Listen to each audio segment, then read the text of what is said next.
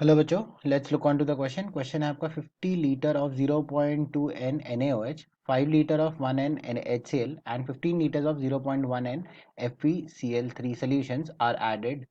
What weight of Fe2O3 can be obtained from precipitate?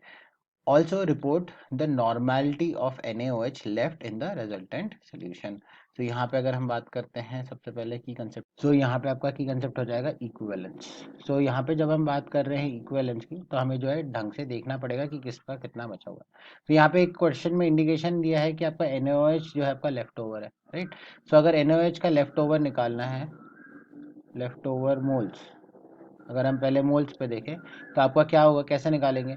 तो सबसे पहले तो आप इक्विवेलेंस देख लो कि आपके NaOH का कितना है। तो इक्विवेलेंस यहाँ पे दिया है, इक्विवेलेंस ऑफ NaOH, और इस पे जो है आपका माइनस क्या होगा, इक्विवेलेंस ऑफ आपका acid, so equivalence of HCl, right. So यहाँ से अगर हम पहले नंबर ऑफ मोल्स इक्विवेलेंस निकालेंगे और फिर उससे जो है नंबर ऑफ मोल्स निकालने की कोशिश करेंगे, तो इक्विवेलेंस यहाँ पे आ जाएगा 0.2 इंटू 50 लीटर इंटू 50 माइनस यहाँ पे जो है इसका 1 इंटू आपका जो है 5 हो जाएगा। तो यहाँ पे अगर हम माइनस करें तो ये आपका आ जाएगा 5 इक्विवेलेंस के बराबर, राइट, क्योंकि यहाँ पे आपका 10 होगा और यहाँ पे आपका 5 होगा, तो 5 इक्विवेलेंस के बराबर आ गया।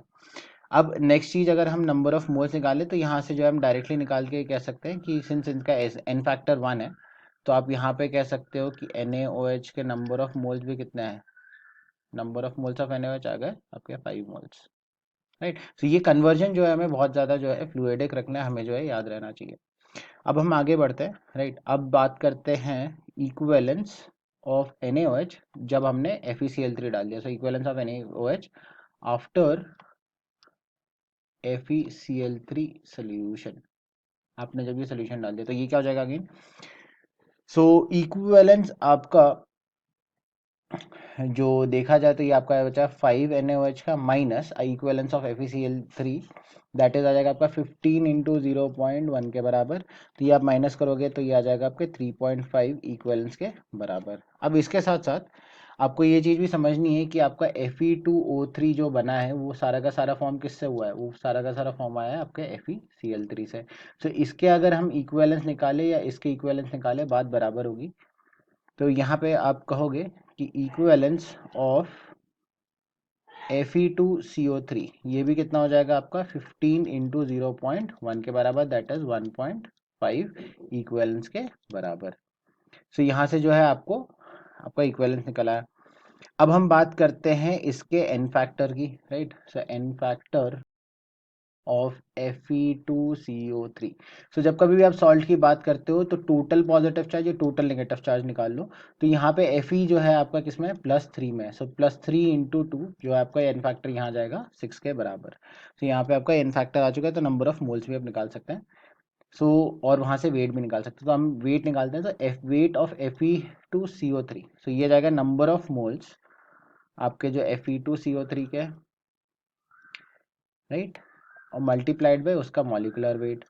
तो यहाँ पे अगर हम देखें इसका एन फैक्टर यहाँ पे दिया आपका 1 6, राइट। सो ये आ जाएगा इक्वलेंट 1.5 डिवाइडेड बाई 6, ये नंबर ऑफ मोल्स आ गए, मल्टीप्लाइड बाई 160 जो है इसका मॉलिकुलर वेट। तो यहाँ से कैलकुलेट किया तो ये आ जाएगा आपका 40 ग्राम के बराबर। अब हम बात करते हैं नॉर्मेलिटी ऑफ NaOH की। सो हमने यहाँ पे पिछले यहाँ पे निकाला था कि इसका इक्विवेलेंट बचा आपके 3.5, तो इसके कितने इक्विवेलेंस बचे 3.5, तो यहाँ लिख देते हैं। तो यहाँ पे आएगा अब टोटल वॉल्यूम, टोटल वॉल्यूम कितना है 50 लीटर NaOH का ऑलरेडी था, प्लस आपने जो है यहाँ पे HCl डाला था 5 लीटर का, और 15 लीटर का हमने FeCl3 डाला था। तो 5 और फिर जो है आपका 15, ये लीटर्स में है तो ये ऐसा कैसा रहेगा। तो ये बन जाएगा आपका 3.5 डिवाइडेड बाई आपका 70, जो कि आपको दे देगा 0.05 नॉर्मल, राइट। अब यहाँ पे अगर हम बात करें, ये आपका जो है हमने डायरेक्टली इक्विवेलेंस ही लिया था नंबर ऑफ मोल्स की जगह पे, बात बराबर ही है दोनों के केस में, आपका एन फैक्टर आपका 1 ही रहेगा। तो यहाँ हम कंक्लूड कर ले, तो यहाँ पे आपका जो है वेट निकालना था Fe2CO3 का, जो है आपका 40 ग्राम के बराबर आया है, राइट। और जो नॉर्मेलिटी निकालना था NaOH का लेफ्ट ओवर का, तो वो यहाँ पे दिया हुआ है आपका 0.05 m के बराबर। So I hope you have understood the solution. All the best.